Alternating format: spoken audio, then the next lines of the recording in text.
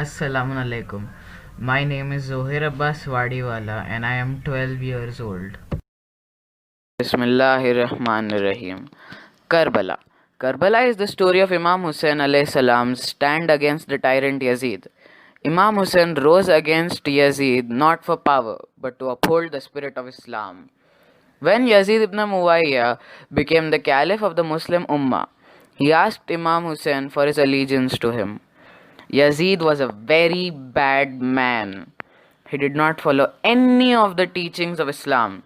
He wanted to do all those things that Islam has asked one to refrain from in the name of Islam. Giving allegiance to Yazid would have meant that Imam was endorsing all the wrong that Yazid was doing under the banner of Islam. Islam, as taught by the Prophet, would have faded away completely if Imam Hussein had given his allegiance to Yazid.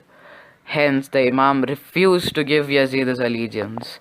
Upon refusing to give Yazid his allegiance, the Imam knew that Yazid would try to kill him. Imam Hussein did not want Yazid's army to enter the holy city of Medina and desecrate it. Hence, the Imam decided to leave Medina. He left Medina with his entire family, including his brothers, sisters, wives, sons, and daughters. He decided to go to Mecca to perform Hajj. The people of Kufa heard about Imam Hussein's refusal to give allegiance to Yazid. They agreed with the Imam's decision and wrote letters to him inviting him to come to Kufa. They said they wanted to support him and rise against the tyrant Yazid and overthrow his government.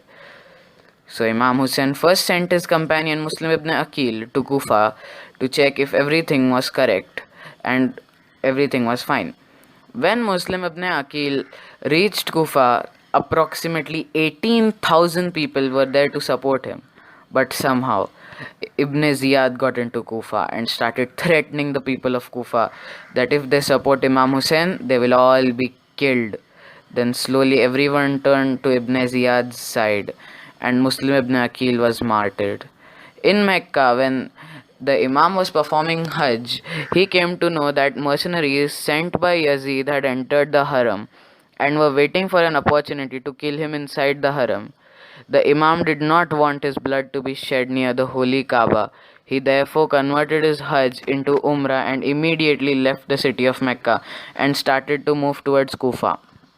On his way, he came to know that his companion Muslim ibn Aqil was martyred, so he immediately changed his course, not knowing where he was going to go. Then, after some time of traveling, Imam was stopped by the army of Hur and was told that he could not go any further. So Imam stopped, but he did not know where he was. So he started asking the people the name of the land he was standing on. Many people told several names. At last, there was an old man who told the name of the land was Karbala. Then Imam knew that this was the place where Allah wanted him to be. So he found the owners of the land and bought the land of Karbala for 60,000 dinar. In the meantime, Yazid was not happy with just diverting the path of the Imam away from Kufa.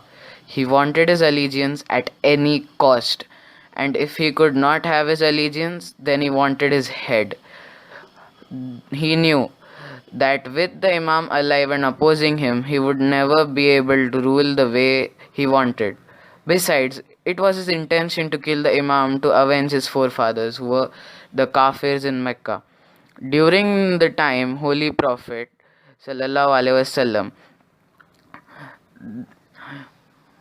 these Kafirs had waged many years against the Holy Prophet and were killed at the hands of Imam Ali alayhi salam in these battles. It was this grudge that was driving Yazid's desire to kill Imam Hussein alayhi salam. He therefore gathered a large army, over 30,000 soldiers, and sent them to the land of Karbala. He wanted to scare the Imam by the size of his army and force the Imam to submit his demands to give him his allegiance. This army accumulated in the land of Karbala and began to pressurize the Imam into submitting to the demands of Yazid. The Imam refused, as he was the flag bearer of Islam and Yazid wanted to destroy him and Islam. Yazid used to say that no angel ever descended from the heavens. There was no message that had come from Allah, and it was all just a farce that was played out by the Holy Prophet sallallahu alaihi wasallam. Subsequently, on the 7th of Muharram, to put additional pressure on the Imam, the army of Yazid told the Imam to move his tents away from the river bank, not wanting to convert his fight of principles into a fight over water. The Imam instructed his followers to move the tents away from the river bank. As a result, the Imam's camp was deprived from getting any water from the river. The status quo continued for 3 days, but the Imam did not give in to the demands of Yazid. Finally, on the 10th of Muharram, it was decided that there would be a war and Yazid's army would attack the Imam. The Imam at that time had 72 male followers along with him in Karbala. These included 18 members of his family and the rest were his close friends and followers. These 72 men, despite their hunger and thirst, put up a brave front against the mighty army of Yazid. However, since they were completely outnumbered, they were massacred, and by the time of the prayers on the 10th of Muharram, everyone, including the Imam, was killed. After the battle was over, many atrocities were inflicted on the remaining family of the Imam. His family members, including the ladies, were taken as captives. Their belongings were looted. They were made to walk streets of Kufa and Sham in the blazing sun without their head coverings like ordinary criminals. They were abused, scorned, and mistreated. Imam Hussein alayhi salam and his followers sacrificed their life for Islam. They did not fear about the consequences that would befall on their families after their death. The cause of Islam and its protection was so great for the Imam that he was willing to face death. Today, even after 1400 years, when we commemorate this great tragedy and sacrifice, we are reminded of the teachings of Islam. We are reminded of the importance of Salat and the following principles laid down by Islam.